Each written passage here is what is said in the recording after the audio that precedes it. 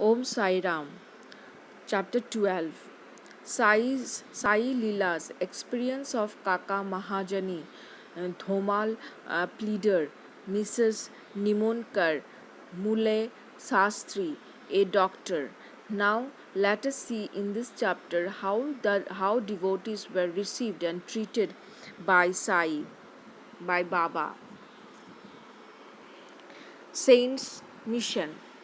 We have seen before that purpose or object of divine incarnation is to protect the good and destroy the wicked, but the mission and of the saints is quite different. To them the good and the wicked are same. First they feel for the evildoers and set them to the right path. They are like the Agasti to destroy the Bhava Sagar, the ocean of worldly existence, or like the sun to the darkness of ignorance. The Lord God dwells in the saint. In fact, they are not different from him. Our Sai is one of these who incarnate for the welfare of the devotees. Supreme in knowledge and surrounded with divine lustre, he loves all being equally. He was unattached. Foes and friends, kings and pupils were the same to him. Here his powers for the sake of devotees he spent his stock of merits and was ever alert to help them, but the devotees could never approach him unless he meant to receive them in their turn. If their turn did not come, Baba did not remember them and his Leelas could not reach their ears. Then how could they think of seeing him? Some men desired to see Sai Baba but did not get any opportunity of taking his darshan till his Maha Samadhi. There are many such persons whose desire for Baba's darshan was not thus satisfied. If these persons, believing in him, listen to his leelas, their quest for milk darshan and will be to a great extent satisfied by the buttermilk leelas.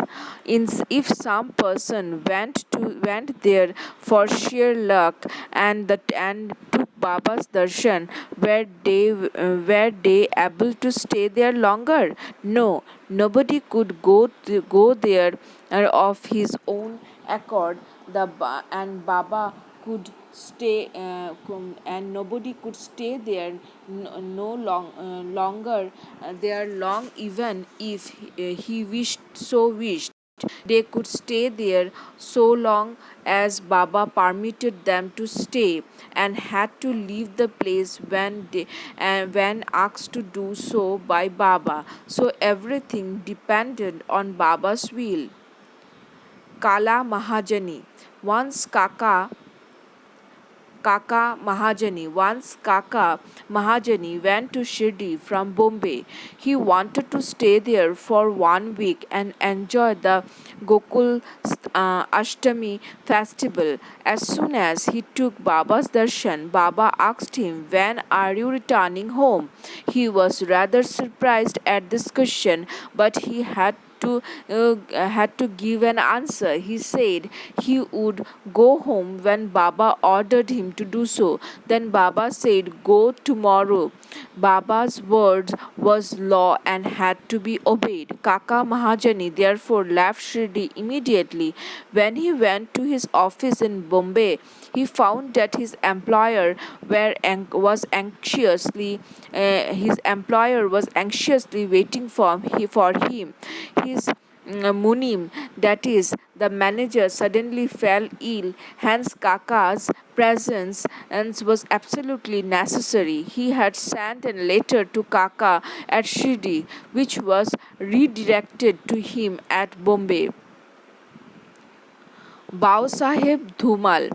Now listen to an opposite story. Once Bhau Sahib Dhumal, a pleader, was going to Nifad for a case. On the day he came to Shirdi, took Baba's darshan and wanted to proceed to Nifad immediately, but Baba did not permit him to do so. He made him stay at Shirdi for a week or more. In the meanwhile, the magistrate at Nifad suffered intensely from pain in his abdomen, and the case was adjourned. Mr. Dhumal was then allowed to go and attend to his case.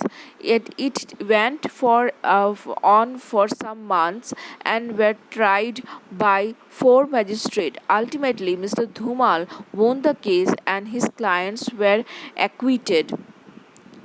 Mrs. Nimunkar.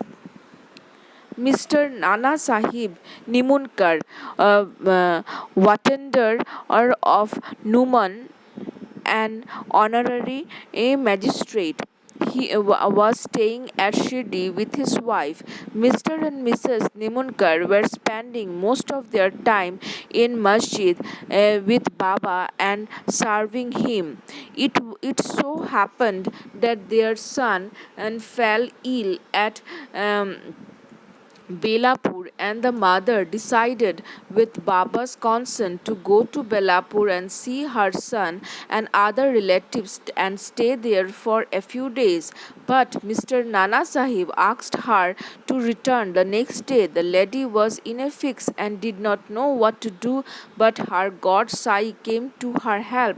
While leaving Shirdi, he went to Baba, who was standing in front of Sateswara with Mr. Nana Sahib and others, and prostrated at his feet and asked his permission to go. Baba said to her, Go quickly, be calm and unperturbed. Stay comfortably at Belapur for 4 days. See all your relatives and then return to Shirdi.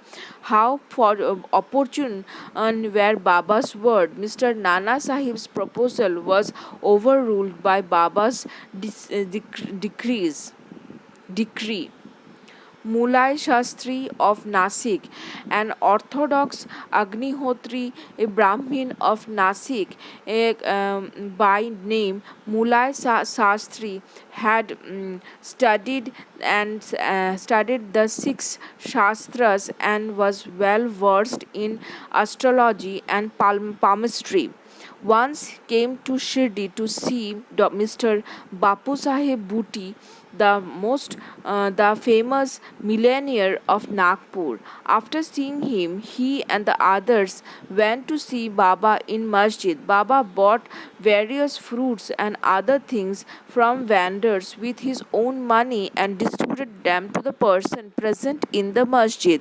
Baba used to press the mango on all sides so skillfully that when any person received it from Baba and sucked it, he got all the pulps at once in his mouth and could throw out the stone and the skin forthwith. Plantains were peeled off by Baba and the kernel was distributed to the devotees, while the skin were retained by Baba for himself. Mulai Shastri, a palmist, wanted to examine Baba's hand or palm and requested him to extend the same. Baba ignored his request and gave four plantains to him. Then they all returned to the Vada, and Mulai Sastri bathed, wore her sacred clothes, and started his routine duties, viz. Agnihotri, etc. Then Baba, as usual, started for Lendi and say take some guru, that is a red miri substance, to dye clothes in saffron color. We shall today don saffron colored cloth. None understood what Baba meant. Then after some time, when Baba returned and preparation for the noon arti were being made, Bapu Sahib Jog asked Mulai Sastri whether he would accompany him for the arti. He replied that he would see Baba in the afternoon. Very soon, Baba sat on his seat, was worshipped by the devotees, and arti commenced. Then Baba said, "Get some dakshina from the new Nasik Brahmin." From Booty himself went to get the dakshina, and he gave Baba's message to Mulai Sastri. He was sorely perplexed. He thought in his mind, "Thus I am a pure Agnihotri Brahmin. Why should I pay Dakshina? Baba may be a great saint. I am not his dependent, but as a great saint like Sai Baba was asking for Dakshina through a millionaire like Booty, he could not refuse. So, leaving his routine unfinished, he forthwith started with Booty to the masjid, thinking himself holy and sacred, and the masjid. Otherwise, he remained at a distance and joining his hands threw flowers at Baba. Then, all of a sudden, he saw no Baba on the seat, but saw his late Guru Gholap Swami there. He was wonderstruck. Could this be a dream? No, it was not, as he was wide awake. But though awake, he could see his late Guru Gholap be there. He was speechless for some time. He pinched himself and thought again, but could not reconcile the fact of his late Guru Gholap being in the masjid. Ultimately, leaving all doubt, he went up, fell on his Guru's feet, and then getting up stood there with folded hand. Other people sang Baba's Aarti while Mulai Sastri chanted his Guru's name. Then, casting off all pride of caste and ideas as above sacredness, as he fell flat at his Guru's feet and closed his eyes. When he got up and opened his eyes, he saw Baba asking for dakshina. Seeing Baba's blissful form and his inconceivable power, Mulai Sastri forgot himself. He was extremely pleaded, and his eyes were full of tears of joy. He again saluted Baba and gave the dakshina. He said that his doubts were removed and that he saw his own Guru.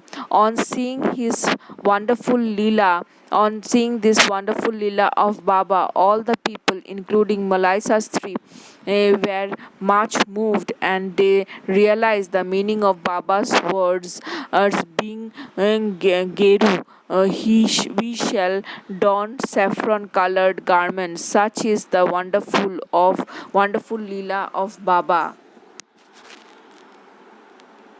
A doctor. Once a mamlatdar came to Shirdi with a doctor friend of his. The doctor said that his deity was Rama, and that he would not bow before Muhammadan, and so he was unwilling to go to Shirdi. The mamlatdar replied that nobody would press him to make a bow, nor would ask him to do so, so he should come and give the pleasure of his company.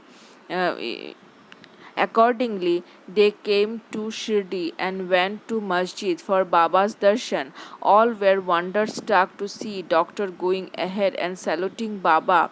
They asked him how he forgot his resolve and bowed before a Musalman. And then the doctor replied that he saw his beloved deity Rama on the seat, and he therefore prostrated himself before him.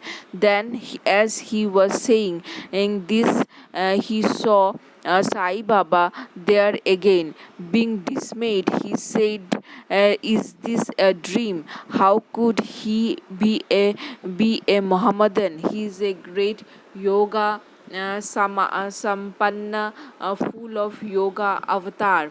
Next day, he made a vow and began to fast. He absented himself from the masjid, resolving not to go there until Baba blessed him. 3 days passed, and on the fourth day, a close friend of his from the Khandesh turned up, and with him he went to the masjid for Baba's darshan. After the salutation, Baba asked him whether anybody had gone to call him, so that he had come. Hearing this vital question, the doctor was moved. The same night he was blessed by Baba, and he experienced the bliss supreme in his sleep. Then he left for his own town, where they experienced the same state of a fortnight. Thus his devotion to Sai Baba increased manifold. The moral of all the stories mentioned above, especially that of the Mulai Sastri, is this: that we should have firm faith in our Guru and nowhere else. More Leelas of Sai Baba will be described in the next chapter. Bows to Shri Sai, peace be to all. Om Sai Ram.